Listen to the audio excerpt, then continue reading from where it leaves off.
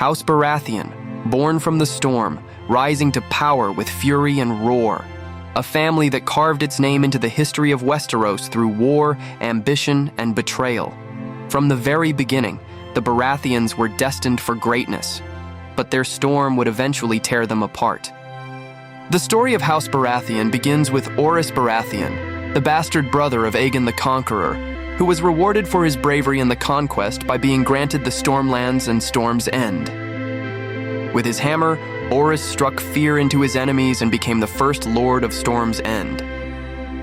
Orys was a founding figure for House Baratheon, establishing a legacy of strength and resilience in the face of war. House Baratheon's early years were marked by this raw strength, building a house with its own fierce identity, forged in the very storms that ravaged the lands. Centuries later, Steffon Baratheon ruled the Stormlands. Though Steffon's reign was a peaceful one, his untimely death would set the stage for a new age of Baratheons, the age of his sons. Then came Robert Baratheon, the eldest son, whose rebellion would shake Westeros to its core. The fury of Robert's warhammer would overthrow the Targaryens and place House Baratheon on the Iron Throne. With Ned Stark, Jon Arryn, and others at his side, Robert led Robert's rebellion, a war that would end with the fall of the Targaryens and Robert crowned as King of Westeros. Though Robert had claimed the throne, the Baratheon brothers, Stannis, Renly, and Robert, each had their own claim to power.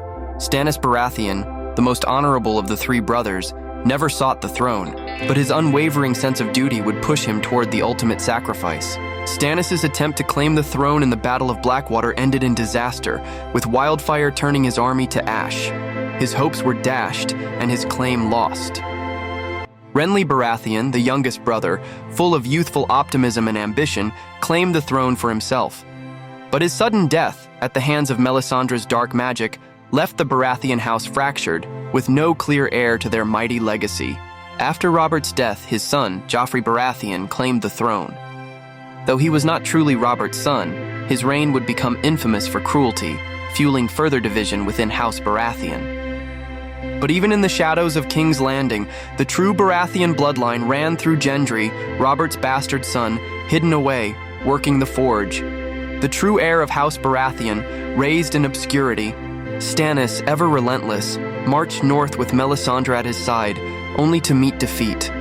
His final stand against the forces of House Bolton ended in tragedy, and the fall of the last true Baratheon claimant.